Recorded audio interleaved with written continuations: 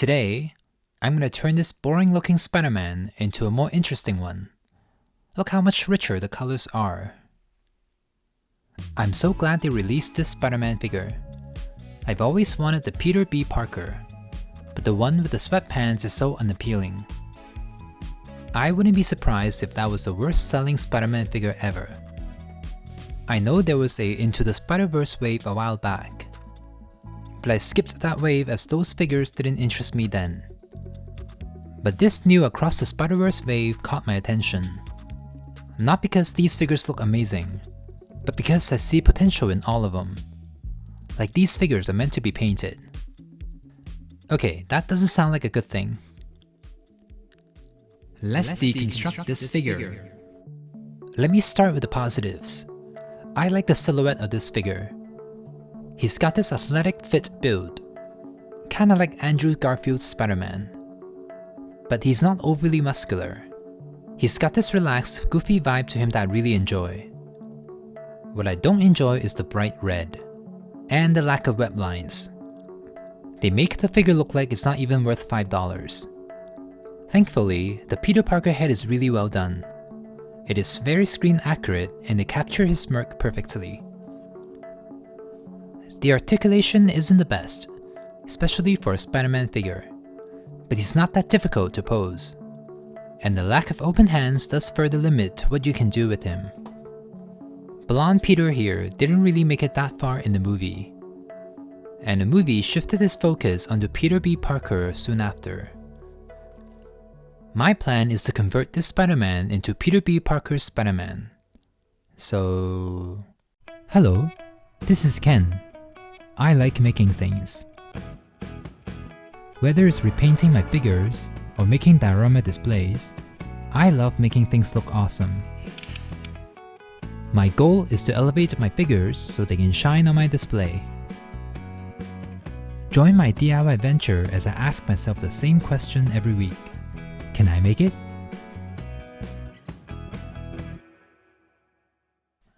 Last week, I talked about the one photography trick I use for all my photos.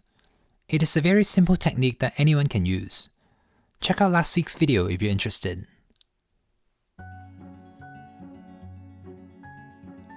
Alright, I'm gonna start with adding the web lines first. Normally, I prefer doing the web lines last so that the lines look nice and crisp. But these pens don't do that well on painted surfaces. The tips tend to pick up the paint and they end up getting clogged. Making sure the paint is fully dried and sealing the paint before using the pens do help.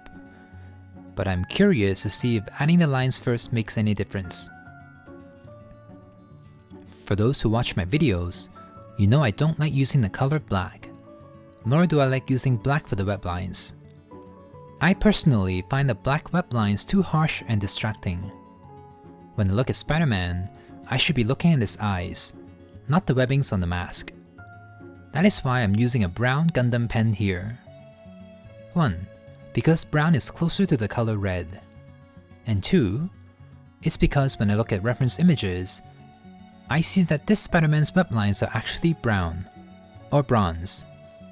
It's like a reflective brown color. I don't have any glossy brown pen, but I think I have an alternative way to achieve that look. These Gundam pens dry very quickly. If I make a mistake, there's around 3 to 5 seconds where I can still kinda wipe off the ink, but after that, it's much harder to remove. So I gotta be very careful.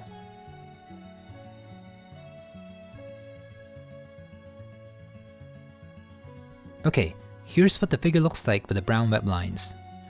You know what? That already looks a lot better, but I'm not satisfied. The red and blue still look off to me, so let me work on the blue next. The blue on the figure has quite a bit of purple tint to it. It doesn't feel very Spider-Man-like to me. I prefer a truer blue on my Spider-Man. When I look at reference images, I see that it's a little bit of both. The overall color is blue, but the shading color is this darker purplish blue color. So let me first add a thin coat of paint as a base first. I mixed a little bit of neon blue into it so that I can brighten and shift the color a bit. Okay, the color is barely changed, but it's nice and matte now. Now I'm going to use the neon blue as my highlight color. The issue is that this neon paint is very sheer. The color is there when it's applied, but 90% of the pigments seem to vanish when it dries. It is like it's never there, even though I added like 4 to 5 coats of the neon blue paint. I'm going to move on to the shading color.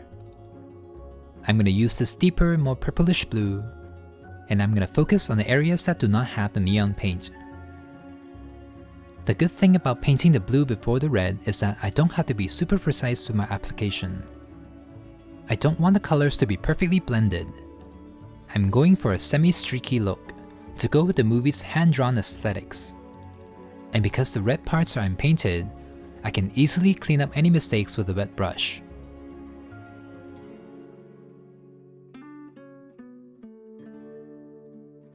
Alright, the effect is quite subtle, but I think it's good. Before I work on the red though, let me deepen the web lines on his chest and hands so that the lines are more consistent. Onto the red. I have to be a bit more careful with my strokes here. I don't want to cover up the web lines. I don't want to use the pen again for touch-ups. I'm going to try and hover my brush so that the bristles don't hit the sunken web lines. It is unavoidable, but I want to minimize it as much as possible. This layer of red will mattify the texture and act as a base for what comes next. Many of you know I like using the color blue or purple to tone down and deepen the Hasbro red. But for this Spider-Man, I want to keep the vibrancy. I just want the red to be less flat and less orange. So I'm going to mix a small amount of purple into the red and add a sheer layer of it as my shading color. I'm going to leave the high points of the figure untouched. That way, the figure can maintain that vibrancy. Not sure if you noticed, but I'm applying the highlights and shadows similar to what I did to my cel-shaded figures. Highlights mostly on the left, and shadows mostly on the right. Except this time, I'm going for a softer gradient look. No harsh divide between highlights and shadows. Ooh, this is looking very good. It is still missing those shiny web lines though. There are two ways to approach this. I can go over the lines with a glossy varnish, or I can go over the lines with a metallic paint. I decided to use the bronze paint because it's the easier of the two. The drying time is a bit more forgiving with the paint. I can take my time and not worry too much about the paint drying up on me. Whereas with the varnish, I have to be much speedier as I don't want the varnish to set on my brush. The varnish is also harder to correct too.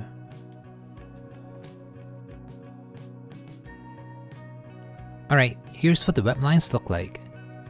What's funny is that the bronze paint looks golden now. It feels like the wrong color, but it doesn't look that bad in real life or in motion. All there's left are the eyes. They look good, but I gotta commit and go all the way. In the movie, there are these fake reflections on his lenses, so let me first do a thin layer of white over the eyes first. Next, I'm using a white that's like 0.2 shade darker, and I'm gonna paint the inner half of the eyes darker. Now I just gotta clean up the mess with my cleanup brush. As for the rims of the eyes, I noticed that in the movie, they have these turquoise greenish stripes down the eyes. It's a little tricky to be this precise, but it's okay, because I can always sharpen the lines with the black after. Okay, done. That is as good as it can get. Let me seal everything with a matte spray.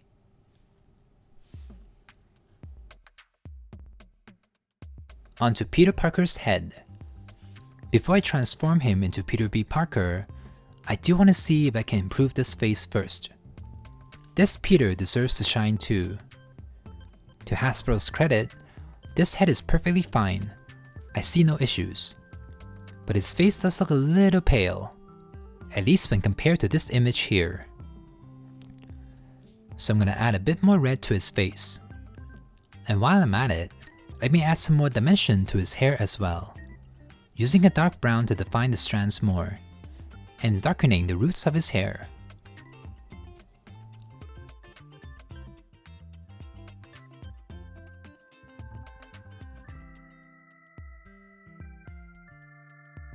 And just a bit more highlights on the hair.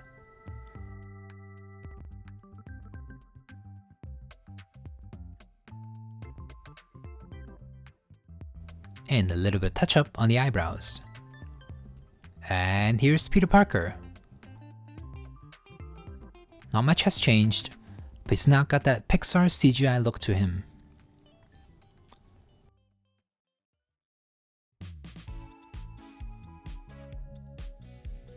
Alright, here's Spider-Man all finished. Look at that before. It's so blinding. I like that the red and blue appear much richer now. I might have darkened the red a bit too much, but I don't mind it. Another thing I don't mind are the bronze web lines. They kinda just glisten at various angles. I wasn't expecting them to appear golden, but I do like the overall effect. Normally, I get quite anxious when I'm doing these non-live action figures, because I feel like I have to nail the look. Otherwise, I feel like I failed. But these Spiderverse figures allow me to be more experimental. I still remember how refreshing it felt when I did Spider-Punk, and I'm having a similar feeling with this Spider-Man figure. In the past, the web lines alone would stress me out because it's hard to get them to look just right. But this time, it's not that I don't care.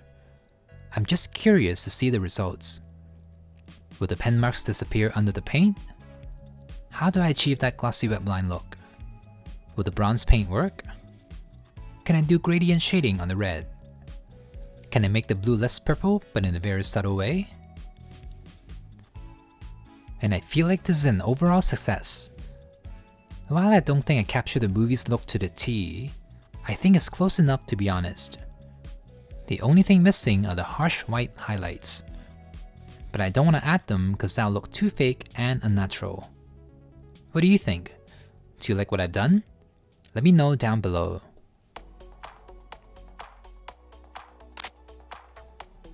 You know what? I really enjoyed photographing this Spider-Man for some reason. It does suck that he only has a pair of fists and web shooting hands. Having a pair of open hands would totally broaden the amount of poses he can do. But I think I got a handful of cool poses out of him. I know I said I wanted to transform him into Peter B. Parker, but now I'm unsure. Here's my dilemma. As much as I like Peter B. Parker, his body shape is slightly different, which I can overlook because this could be him in his prime. But at the same time, I feel like he completed his story arc already.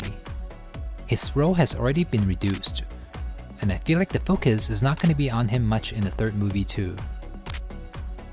And on the other hand, this blonde Peter story is not finished. Okay, it probably is. But since they revealed that the only reason why he died was because Miles got bitten, I feel like there's a small chance that they're gonna do more with him. Maybe?